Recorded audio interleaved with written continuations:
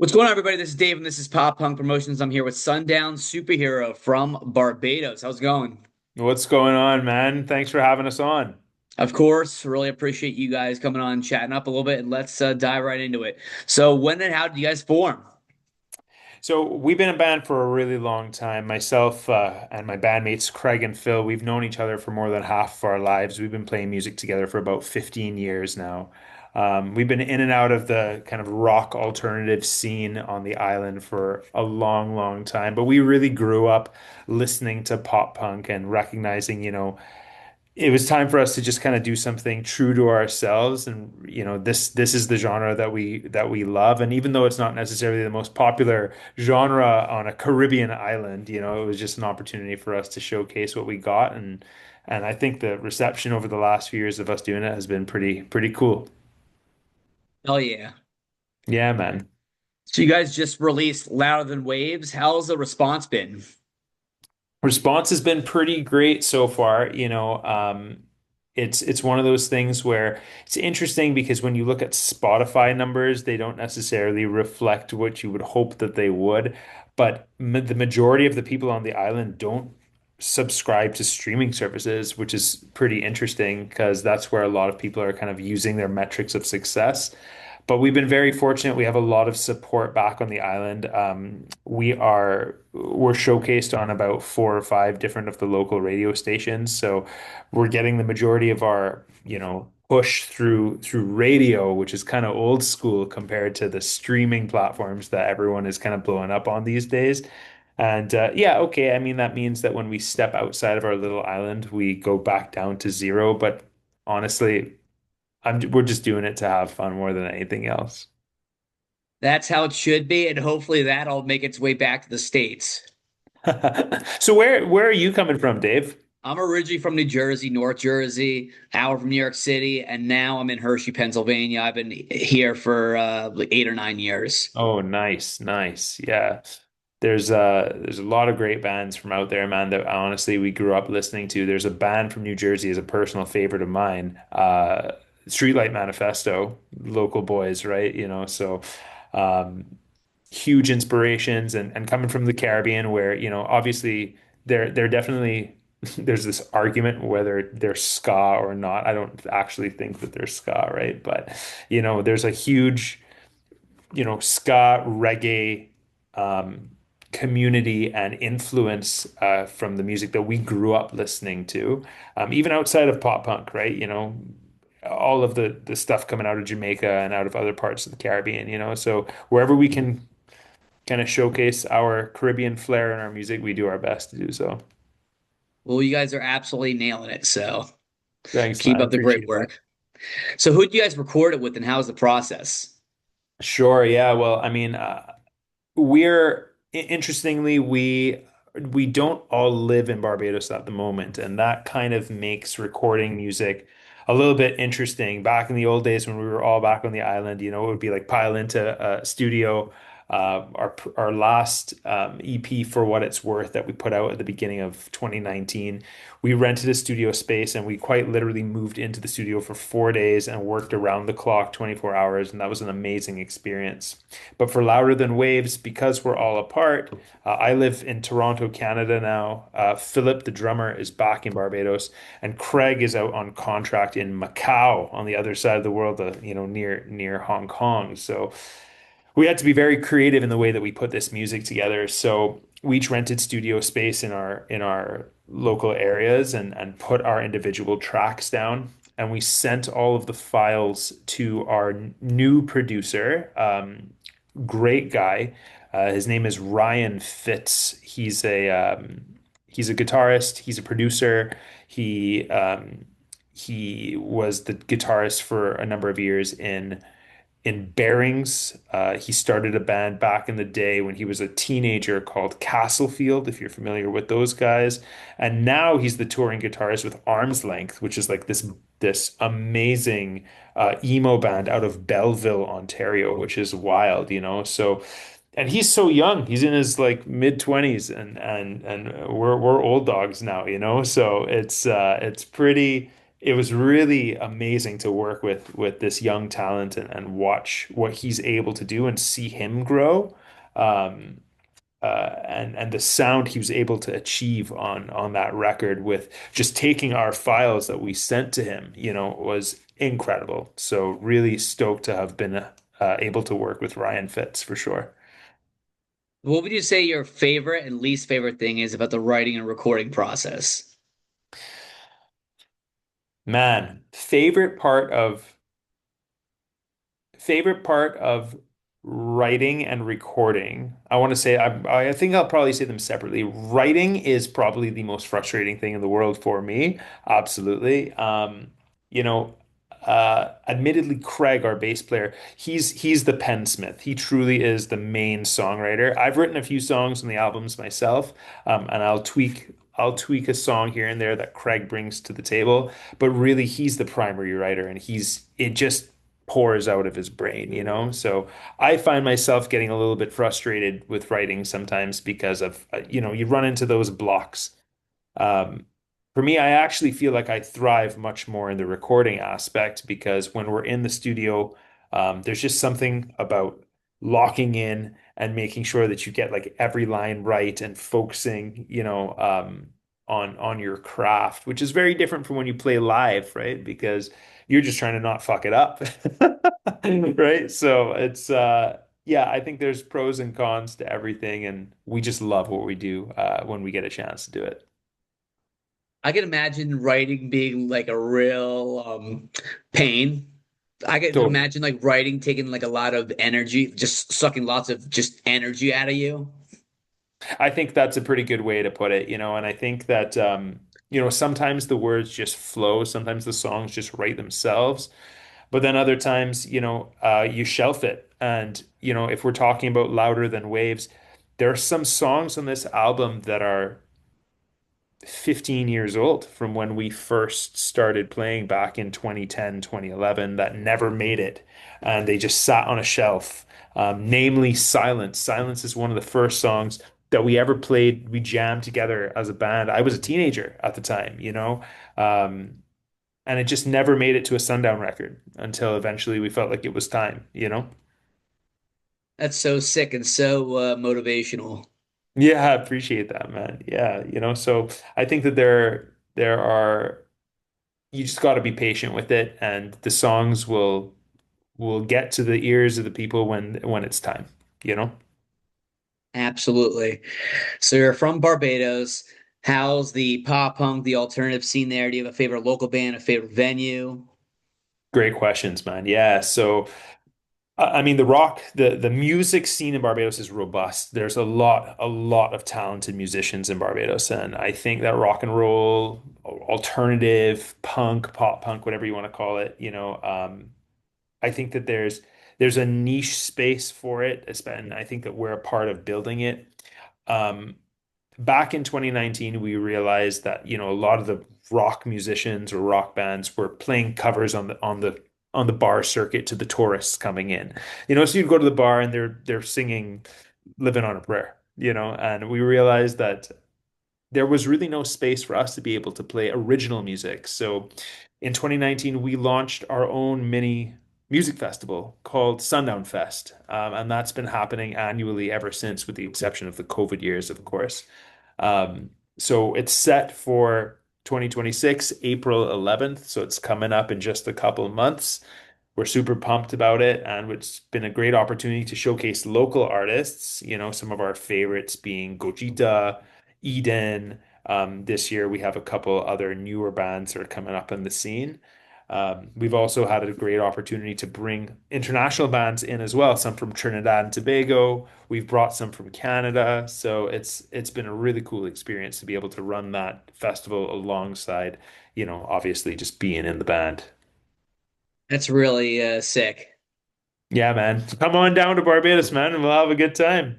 If I would have known about this earlier, I would have, put in for off days at work and I would have flown down there. But because I'm finding out about this now, I feel like it might be a little bit too It's a late to little like tight. request the It's a off little tight. days for, because that's something that I would need like at least like 4 or 5 days like off to like go there, enjoy the fest, enjoy, what Barbados has to offer, and then, fly back and do my thing back here. But next year, if you guys do it next year, I'll put it on the calendar.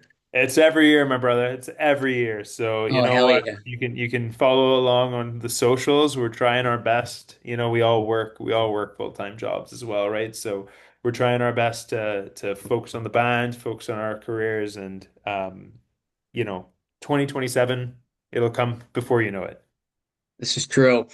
So who would you say your biggest influences are? Yeah, man. I am unapologetically a humongous Green Day fan.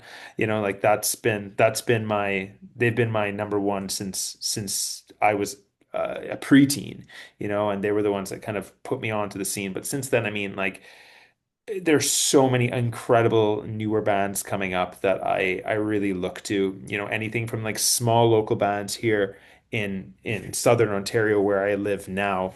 Um, I think of bands like Nothing Serious, Among Legends, Vacant Space. These are small bands I really encourage you to check out.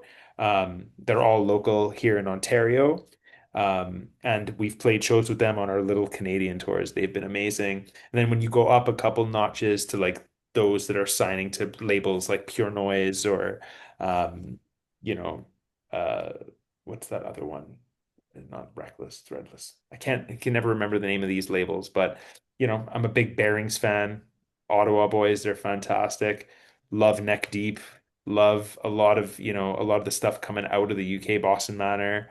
Um, yeah, and then there's a lot of old stuff that just is classic. Goldfinger, MXPX, Simple Plan. How could I not say Blink-182? That goes without saying. Sum 41, huge fan.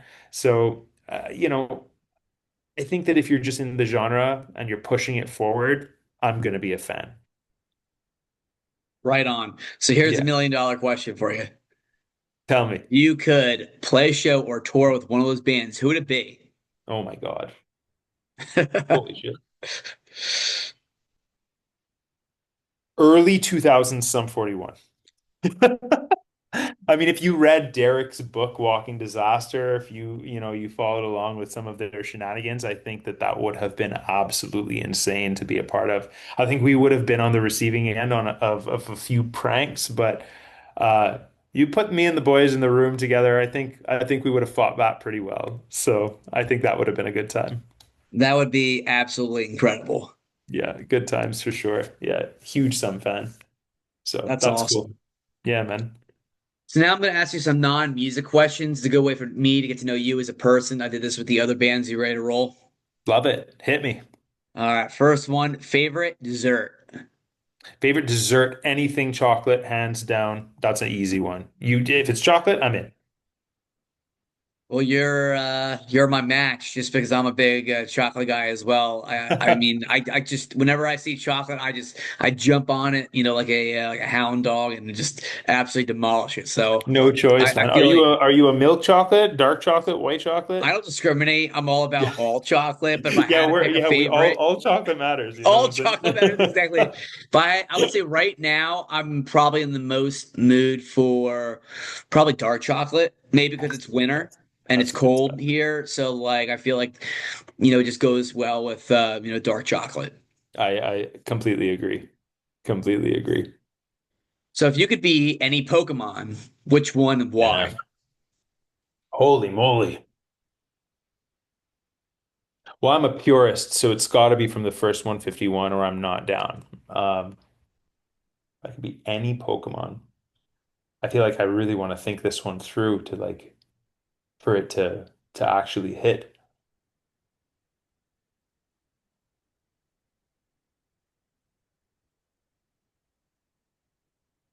Let's go let's go Charmeleon. I'll tell you why. I'll tell you why. I think Charmeleon has tons of potential. And I think that people just haven't realized it yet. And so if you get on the Charmeleon bandwagon, that motherfucker's going to be a Charizard one day. You know what I'm saying? That's where I'm going. I'm going Charmeleon, final answer. So yeah, that's an interesting response because Charmeleon, it's like he's you could still like he listens a little bit, but at the same time, like he doesn't listen. He's He's punk rock, a dude. combination of like Charmander and Charizard. Like Yeah, Charmander listens all the time, Charizard doesn't listen, at and then all. you have Charmeleon who does a little bit of both. So I feel That's like it. that could be really tough. But at the same time, like you do make a good point. There's a lot of potential in Charmeleon. Like if That's you're it. the right trainer and you're able to train him right and get his like attitude right, like his mental attitude right, then you've got a homie for life. You got a homie for life. You got to think back to that episode where Charizard was just ignoring Ash until eventually, like, he won over his respect. And yeah, man, that's a tearjerker. Actually, if you want to pull that, Getting that's a emotional. I'm yeah, getting yeah, goosebumps that's just a thinking about tearjerker. it. That's That's funny, awesome. man. Cool. So if you had $1 million and you could donate it to any charity, which one? Love that. Love that.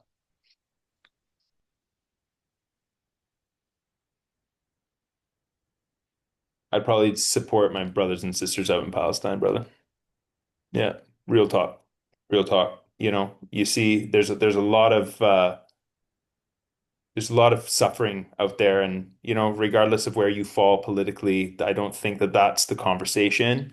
I think in punk there's a lot of like fuck this, fuck that, like taking, I don't it's pretty black and white when you just see children suffering, and it's like that culture doesn't discriminate that, belief systems don't discriminate that. So um that's where my heart lies with the kids, and I think that they're the ones that need us the most. Always for the kids. That's what I tell people. I Yep. work with kids with special needs. And so, because of that, it really opened up my eyes. And that's why I tell people, like, kids always have a special place in my heart and I'll always have their back. 100%, man. 100%. That's awesome, dude. All right, last question. What are some places in Barbados that visitors should check out? Oh man. How much time you got? No, I'm kidding. Oh man. Well, listen, I'm a South Coast boy. I grew up on the South Coast, so I'm privy to that part of the island. I mean, it goes without saying, the majority of anyone who's been to Barbados is going to say you got to go to Oistins on a Friday night. That's where you're going to get that fish fry, and you're going to have a good time. The music, it's packed. There's party, there's food, there's drinks. Always a good time. But I think that, um, if I could just give one piece of advice, not necessarily a place to check out, but if you come to Barbados, it's wasted on the resort. You're not coming to Barbados to stay at an all-inclusive resort and not leave. Sure, I want like come and relax and enjoy the beach, of course, but the beauty of Barbados is in the people. It's a beautiful, super safe, amazing country. And come grab a little Airbnb rental, rent a car, drive around, eat the local food, you know, go to the local shops. I think Barbados has so much to offer, and yeah, I think there's something for everyone. So come on down, brother. Come on down. We're gonna have a good time. Well, now I'm getting really, really excited. I'm counting down the days. Yeah, hell yeah, man. I remember I went to the DR and I love that, so I can just imagine, that Barbados is similar. Super different, super similar in the sense that the people are loving and welcoming. Super different in just sheer land volume, is Barbados is tiny. You're talking like it's 166 square miles. Take that in. It's like a speck in the ocean, but big personality for sure. So yeah, man, we love our little rock in the middle of the ocean, and we're always gonna stand by it. Well, it definitely sounds like my kind of people. Yeah, man, for sure, for sure. So we'll see you at the next Sundown Fest.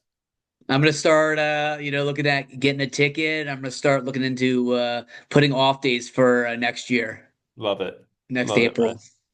Cool. Very cool. Cool. Well, I really appreciate you coming on, and the support means the world to me.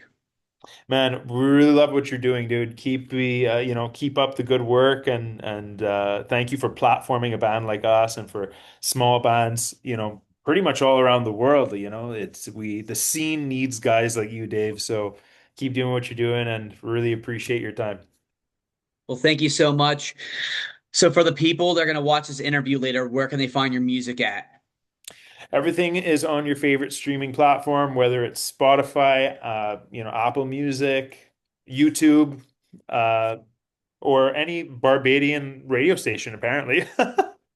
Yeah, but check us out on Instagram, and shoot us a message. We're always happy to chat. Really appreciate it, man. Respect. Awesome. We'll do what the man says. Go to the websites, buy a CD, buy a shirt, buy a vinyl. You guys are absolutely killing it. Keep up the sick work. Respect, dog. Thank you so much. Of course, I hope you have a great night and we'll chat soon. Take care. Take care.